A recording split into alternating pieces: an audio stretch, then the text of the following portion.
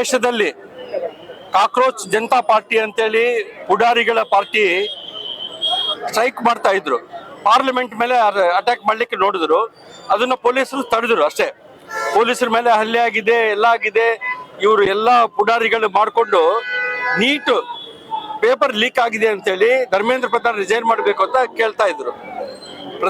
ಧರ್ಮೇಂದ್ರ ಪ್ರಧಾನ್ ಇರೋದು ಡೆಲ್ಲಿಯಲ್ಲಿ, paper leak ಆಗಿದ್ದಲ್ಲಿ ಮಹಾರಾಷ್ಟ್ರದಲ್ಲಿ, ರಾಜಸ್ಥಾನಲ್ಲಿ.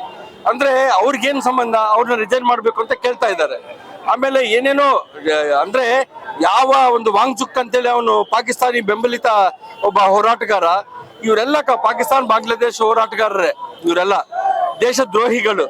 ಅವ್ರು ಮಾಡ್ತಾ ಇರೋ ಒಂದು ಇದಕ್ಕೆ ಅಪೋಸಿಷನ್ ಲೀಡರ್ ನಾಲಾಯಕ್ ಈ ರಾಹುಲ್ ಗಾಂಧಿ ಅಲ್ಲಿ ಹೋಗಿ ನಮ್ಮ ಪ್ರಧಾನಮಂತ್ರಿ ಮನೆ ಮುಂದೆ ಹೋಗಿ ಕುತ್ಕೊಂಡು ಧರಣಿ ಮಾಡಿದ್ದಾನೆ. ಇದನ್ನೆಲ್ಲ ಬಹಳ ದೊಡ್ಡ ಇದನ್ನ ಅವ್ರ ಮನೆ ಮುಂದೆ ಮಾಡೋದು ಬಹಳ ದುರಂತ. ಹಾಗಾಗಿ ದೇಶ ವಿರೋಧಿ ಚಟುವಟಿಕೆ ಅದು.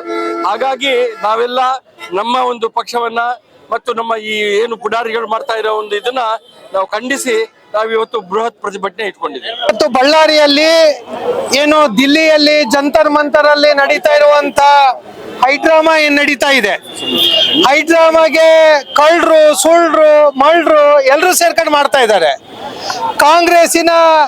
ಕಾಂಗ್ರೆಸ್ನವ್ರು ಕಾಯ್ತಾ ಇದ್ರು 2028ಕ್ಕೆ ಹೆಂಗ್ ಅಧಿಕಾರಕ್ಕೆ ಬರ್ಬೇಕು ಅಂತಂತೇಳಿ.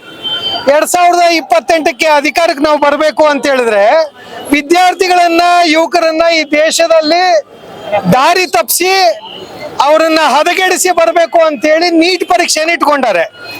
ನೀಟ್ ಪರೀಕ್ಷೆಯಲ್ಲಿ ಆಗಿದ್ದೇನು, ನೀವು ಏನಾದ್ರೂ ನಿಮ್ಗೆ ತಾಕತ್ತಿದ್ರೆ ಕಾಂಗ್ರೆಸ್ ಅವರಿಗೆ ನಾನು ಒಂದು ಸವಾಲನ್ನ ಹಾಕ್ತೀನಿ, ಸಂಸತ್ತಲ್ಲಿ ಚರ್ಚೆಗೆ ಬನ್ನಿ, ನಿಮಗೆ ನೀಟ್ ಸಮಸ್ಯೆಗಳನ್ನ ಪರಿಹಾರ ಮಾಡೋದಕ್ಕೆ ಬನ್ನಿ. ಅಲ್ಲಿ CBI ಒಪ್ಪಿಸಿದ್ದಾರೆ, 13 ಜನರನ್ನ ಬಂಧಿಸಿದ್ದಾರೆ. ಆದ್ರೆ ನೀವು ಮಾಡ್ತಾ ಇರೋದು ಹಲ್ಕಟ್ಗಿರಿ ಕೆಲಸ ಏನು? ಯಾರು ಪ್ರಕಾಶ್ ರಾಯ್ ಅಂತ ಕಳ್ಳನ್ನ ಎಲ್ಲಿ ಬಿಡದಿಯಲ್ಲಿ ಹೋರಾಟಕ್ಕೆ ಕೊಡ್ಬೇಕಾಯ್ತು ರೈತರ ಪರವಾಗಿ. ಪ್ರಕಾಶ್ ರಾಯ್ ಕರ್ನಾಟಕದವರು ಇವತ್ತು ಮಾನ ಮರ್ಯಾದೆ ಇಲ್ದೇನೆ ಹೋಗಿ ಅಲ್ಲಿ ದಿಲ್ಲಿಯಲ್ಲಿ ಕೂತಾರೆ. ಈ ನಮ್ಮ ಕಾಂಗ್ರೆಸ್ಸಿನ ಮಾಜಿ ಸಚಿವ ಸಂತೋಷ್ ಲಾಡ್ ದಿಲ್ಲಿಯಲ್ಲಿ ವಿದ್ಯಾರ್ಥಿಗಳನ್ನ ಕೆದಕೋದಕ್ಕೆ ಹೋಗ್ತಾ ಇದ್ದಾರೆ. ಇದೇನಾದ್ರೂ ನೀತಿ ನಿಯತ್ತಿರುವಂತ ಕಾರ್ಯಕರ್ತರ ಇವರು ಅಂತ ಹೇಳಿದ್ರೆ ಅಲ್ಲ. ಆದ್ರೆ ನಿಮ್ಗೆ ಗೊತ್ತಿರ್ಲಿ, ಇದ್ರ ವಿರುದ್ಧ ಕಾಕ್ರೋಚ್ ಪಾರ್ಟಿ, ಕಮ್ಯುನಿಸ್ಟು, ನಿಷ್ಠೆ ಕಮ್ಮಿ ಇರುವಂತ ಕಮ್ಯುನಿಸ್ಟು ಎಲ್ಲರೂ ಸೇರ್ಕೊಂಡು ಹೋರಾಟಕ್ಕೆ ಇಳಿದಿದ್ದಾರೆ. ಆದ್ರೆ ಈ ಹೋರಾಟವನ್ನ ರಾಜಕೀಯ ಪ್ರೇರಿತವಾಗಿ ಮಾಡ್ತಾ ಇದ್ದಾರೆ. ವಿಡಿಯೋದಲ್ಲಿ ವೈರಲ್ ಆಗ್ತಾ ಇದೆ 370 ಆರ್ಟಿಕಲ್ ಅನ್ನ ಮತ್ತೆ ಜಾರಿಗೆ ತರಬೇಕು ಅಂತ ಹೇಳಿ. ನಿಮಗೆಲ್ರಿಗೂ ಗೊತ್ತಿರಲಿ, ಯಾವ ಭಾರತವನ್ನ ತಾಯಿ ಅಂತ ಪೂಜೆ ಮಾಡ್ತೀವಿ, ಆ ತಾಯಿಗೆ ಗಂಡ ಯಾರು ಅಂತ ಕೇಳ್ತಾರೆ. ಅಂದ್ರೆ ಇಂಥ ನೀಚ ನನ್ನ ಮಕ್ಕಳಿಂದ ಈ ದೇಶ ಉದ್ಧಾರ ಆಗಲ್ಲ. ನಿಮ್ಗೆಲ್ರಿಗೂ ಗೊತ್ತಿರಲಿ, ನಮ್ಮ ರಾಜ್ಯ ನಾಯಕರು ರಾಜ್ಯದಲ್ಲಿ ಪ್ರತಿಭಟನೆ ಕೈಗೊಂಡ್ರೆ ಅವ್ರ ಮೇಲೆ ಮೊಟ್ಟೆಯನ್ನು ಎಸಿತಾರೆ, ಲಾಠಿ ಚಾರ್ಜ್ ಮಾಡ್ತಾರೆ. ಅದಕ್ಕೆ ಇಂಥ ಒಂದು ದೇಶ ಧ್ಯೇಯ ಕೃತ್ಯವನ್ನೇ ಎಸಿರುವಂತ ಈ ದರಿದ್ರ ನಾಯಕರಿಗೆ ನಮ್ ಧಿಕ್ಕಾರ ಇರ್ಲಿ. ಹಾಗಾಗಿ ನಾವೆಲ್ಲರೂ ಕೂಡ ಇವತ್ತು ಬಳ್ಳಾರಿಯ ಈ ವೃತ್ತದಲ್ಲಿ ಜಿಲ್ಲಾ ಕೇಂದ್ರದಲ್ಲಿ ಪ್ರತಿಭಟನೆಗೆ ಕೈಗೊಂಡಿದ್ದೀವಿ ಅಂತ ಹೇಳಿ ತಮ್ಮ ಮುಖಾಂತರ ತಿಳಿಸ್ತಾ ಇದ್ದೀವಿ. ಈಗ ಜಂತರ್ ಮಂತರ್ ನಲ್ಲಿ ಏನ್ ಸ್ಟ್ರೈಕ್ ನಡೀತಾ ಇದೆಯೋ ಅವ್ರು ಯಾರೋ ಸ್ಟೂಡೆಂಟ್ಸ್ ಅಲ್ಲ, ಅವರು ಆ ವಿದ್ಯಾರ್ಥಿಗಳಿಲ್ಲ. ಇವಾಗ ವಿದ್ಯಾರ್ಥಿಗಳದ್ದು ನೀಟ್ ಎಕ್ಸಾಮ್ಸ್ ಮುಗ್ದಿದೆ, ಎಲ್ಲರೂ ಕಾಲೇಜ್ಗಳ್ಗೆ ಅಡ್ಮಿಷನ್ಸ್ ಆಗ್ತಾ ಇದೆ, ಎಲ್ಲ ಆಗ್ತಾ ಇದೆ. ಇವಾಗ ಹೊರಗಡೆ ದೇಶದಿಂದ ಬಂದಿರೋರು ಬೇಕು ಅಂತಾನೆ ಈ ಒಂದು ಗಲಾಟೆ ಎಬ್ಬಿಸ್ತಾ ಇದ್ದಾರೆ. ನಮ್ಮ ಮಂತ್ರಿಯವರು ಯಾವುದೂ ತಪ್ಪಿಲ್ಲ. ಆಮೇಲೆ ನಿನ್ನೆ ದಿವಸ ಕಾಂಗ್ರೆಸ್ನವ್ರ ವಿರುದ್ಧ ಏನು ನಮ್ಮ ಚಳವಳಿ ಮಾಡ್ತಾ ಇದ್ರು, ನಮ್ಮ ರಾಜ್ಯದಲ್ಲಿ ಗೂಂಡಾಗಿರಿ ಸರ್ಕಾರ ನಡೀತಾ ಇದೆ ಅಂತ ನಾವು ಓಪನ್ ಆಗಿ ಹೇಳ್ತೀವಿ. ನನ್ನ MLA ಅವ್ರ ಮೇಲೆ ಮೊಟ್ಟೆ ಎಸೆಯುವಂತ ಅವಶ್ಯಕತೆ ಇತ್ತಾ? ಯಾಕೆ ಎಸೆದ್ರು?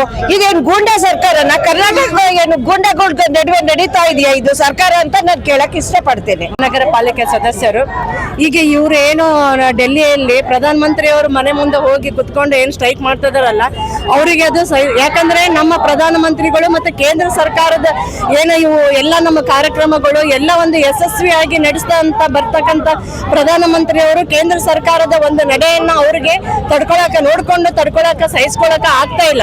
ಅದಕ್ಕಾಗಿ ಯಾವುದೇ ಒಂದು ಈಗ ಒಂದು ಜೆಡಿಎ ಪಕ್ಷ ಅಂತ ಬಂತು, ಅದ್ರ ಜೊತೆಗೆ ಇವರು ಕಾಂಗ್ರೆಸ್ನವ್ರು ಎಲ್ಲ ಸೇರ್ಕೊಂಡು ಈ ರೀತಿ ಒಂದು ಹೆಮ್ಮೆ ಪ್ರಧಾನಮಂತ್ರಿ ಅವ್ರ ಮನೆ ಮುಂದೆ ಈ ತರ ಗಲಾಟೆ ಗದ್ದಲ ಮಾಡೋದು ಅವರಿಗೆ ಒಂದು ಶೋಭೆ ತರ್ತಕ್ಕಂಥದ್ದಲ್ಲ. ಇಷ್ಟು ದಿವಸ ಎಲ್ಲಿ ಹೋಗಿದ್ರು ರಾಹುಲ್ ಗಾಂಧಿ? 20 ದಿವಸ ಇದ್ದಿಲ್ಲ. ಈ ನೀಟ್ ಎಕ್ಸಾಮ್ ಮುಗಿದು ಎಲ್ಲ ರಿಸಲ್ಟ್ ಬಂದು ಸ್ಟೂಡೆಂಟ್ಸ್ ಎಲ್ಲ ಕಾಲೇಜ್ಗೆ ಹೋಗ್ಬೇಕಾದ್ರೆ ಈ ತರ ಮಾಡ್ತಾ ಇದಾರಲ್ಲ, ಇದು ಅವರಿಗೆ ಶೋಭೆ ತರುತ್ತನ? ಇಲ್ಲ ಅಲ್ಲ. ಯಾಕಿಂತ ಕೆಲಸ ಮಾಡ್ಬೇಕು ಅವರು? ಈಗ ಏನೋ ಮುದ್ದು ವಿದ್ಯಾರ್ಥಿಗಳು, ಸಣ್ಣ ಸಣ್ಣ ವಿದ್ಯಾರ್ಥಿಗಳನ್ನ ಕರ್ಕೊಂಡು ಈ ರೀತಿ ಪ್ರೊಟೆಸ್ಟ್ ಮಾಡಿ ಆ ಮಕ್ಕಳಿಗೆ ಅಮಾಯಕರು ಈ ಒಂದು ಇದಕ್ಕೆ ಬಲಿ ಆಗ್ತಾ ಇದ್ದಾರೆ.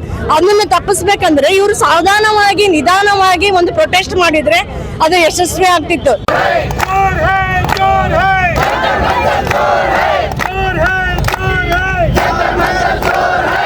ಬಳ್ಳಾರಿಯ ನಿರಂತರ ಸುದ್ದಿಗಾಗಿ ಬಳ್ಳಾರಿ ಬೆಳಗಾಯಿತು ಚಾನೆಲ್ನ ಸಬ್ಸ್ಕ್ರೈಬ್ ಮಾಡಿ ಹಾಗೂ ಬೆಲ್ ಐಕಾನ್ ಒತ್ತಿ.